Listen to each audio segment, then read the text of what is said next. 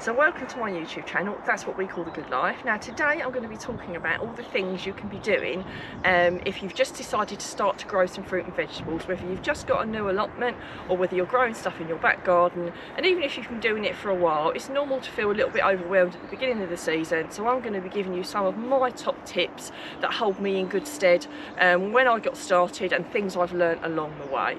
Now if you've not already subscribed to my channel, it'd be really great if you could, because if you have just got started and you're looking for new tips, I'm going to be giving you month by month tips, week by week. As things move along, I'll be doing everything a little bit ahead of time, and as we're in Kent, it's a little bit warmer here, so I always do things a little bit earlier than other people can do, so you'll always be getting advanced notice of all the things you could be doing in your back garden or on your allotment plot. Now my first top tip to get started is don't feel overwhelmed. It's normal when you first get your allotment plot, even for seasoned gardeners like me, and I've been gardening pretty much all my life. You know, my father had an allotment, my grandfather had an allotment. I've been growing things. At the start of the season, it's really normal to look around and thinking, where do I start? What am I going to do?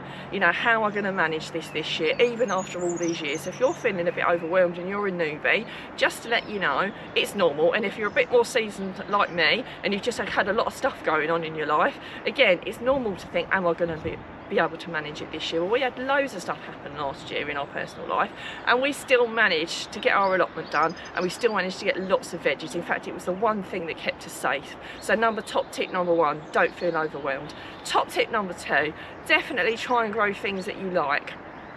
Don't grow things that you know that you definitely don't like.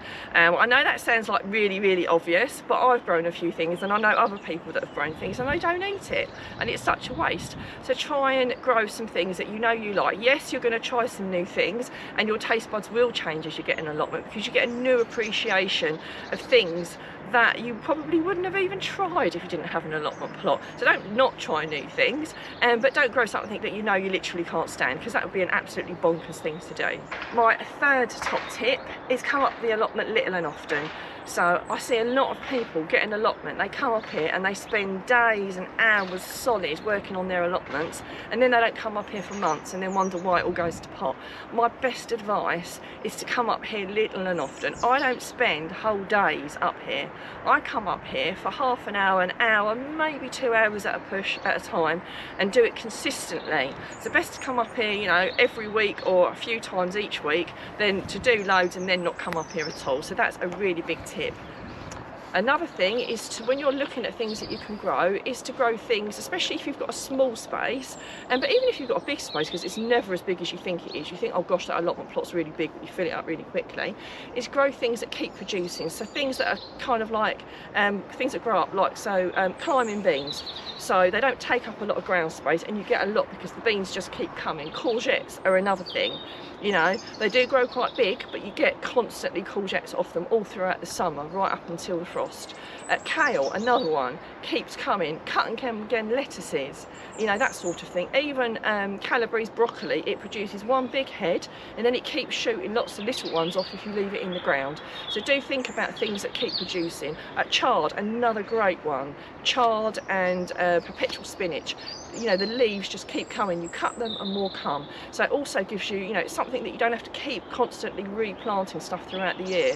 You're going to get stuff coming, and it's just a lot easier gardening, especially when you've got a small space. Another thing, have a bit of a plan of what you're doing. I try and do a crop rotation because it's a good idea to try and not plant the same things in the same spot because of, you know, stopping pest and disease and that kind of thing. You know, before you start even putting anything in the ground, have a little bit of an idea of the different areas on your plot where you're going to put everything. I'm going to do that. I haven't done that this year, and I feel a bit like, oh God, where am I going to put everything? Where's it all going to go? But just sit down, think, right, what am I going to plant this year and where am I going to put it? Which leads on to my next tip, which is do start to think about what you're going to put in the ground. You know, think about what you're going to plant. Don't plant lots and lots of different things. Do try and stick to a few key things, and then if you've got a little bit more space, you can pop something in, rather than it being all iggledy-piggledy and then finding it hard to look after a whole load of stuff that you've never grown before. I started off just growing a few things, and then I built on that, and each year I try and grow something a little bit different. Blueberries are my new thing, never grown blueberries before.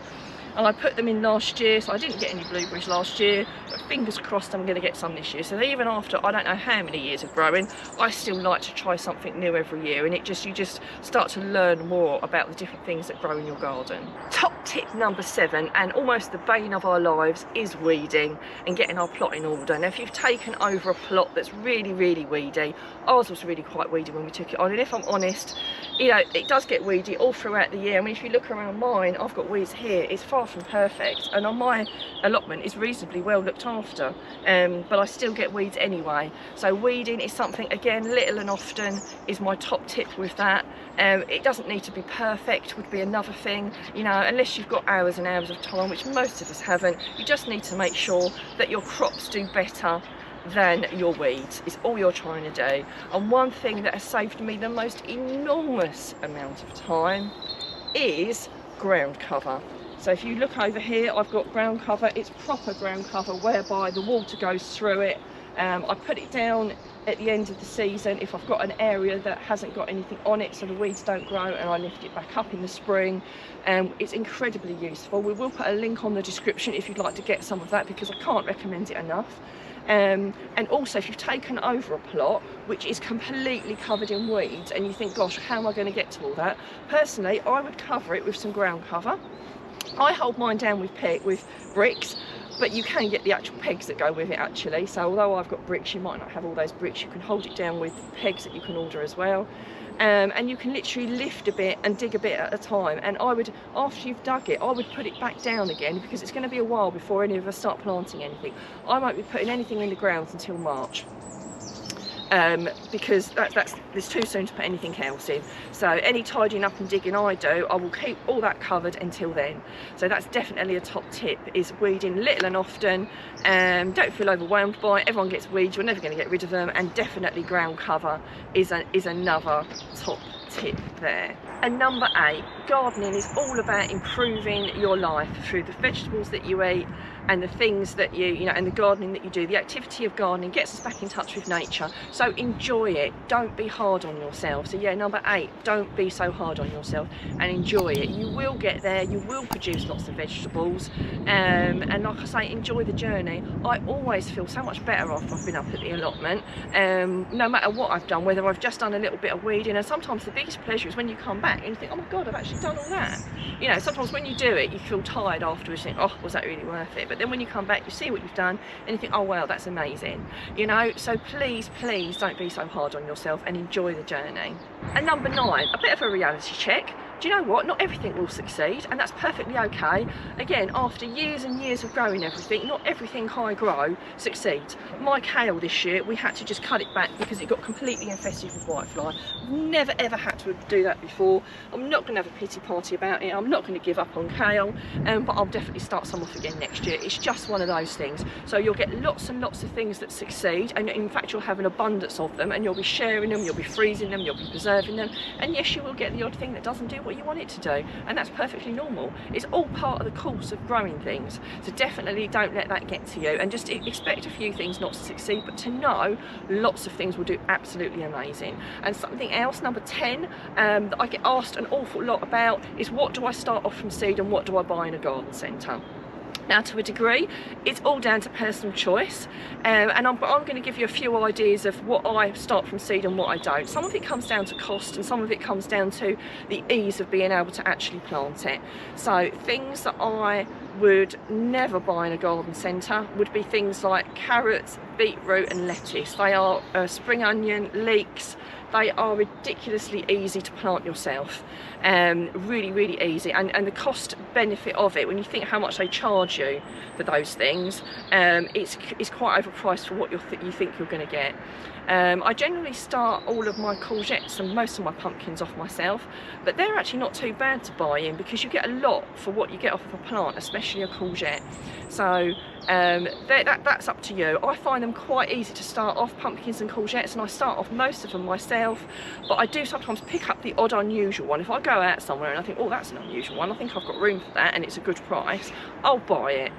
Something that I do always now, pretty much always buy, and I order it online from Sutton's, or you can get it from a local garden centre, are my aubergines, my sweet and my chilli peppers.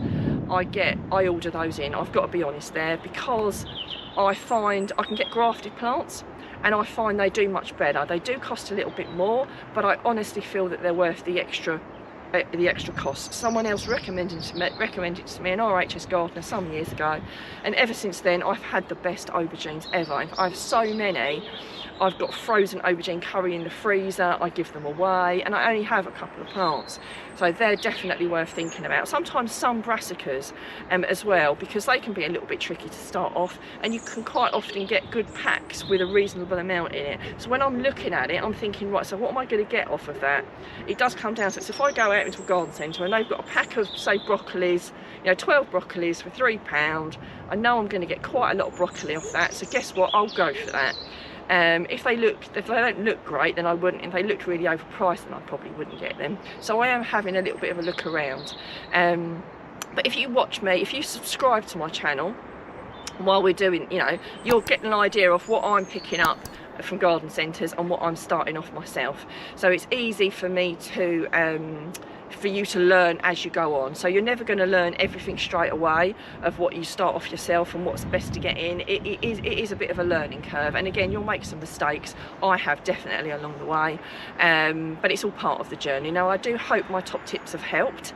If you're new to this and you've not watched my channel before and it's your first time of watching, if you could put us a comment and let us know if you subscribed, so you'll get future tips all throughout the coming year.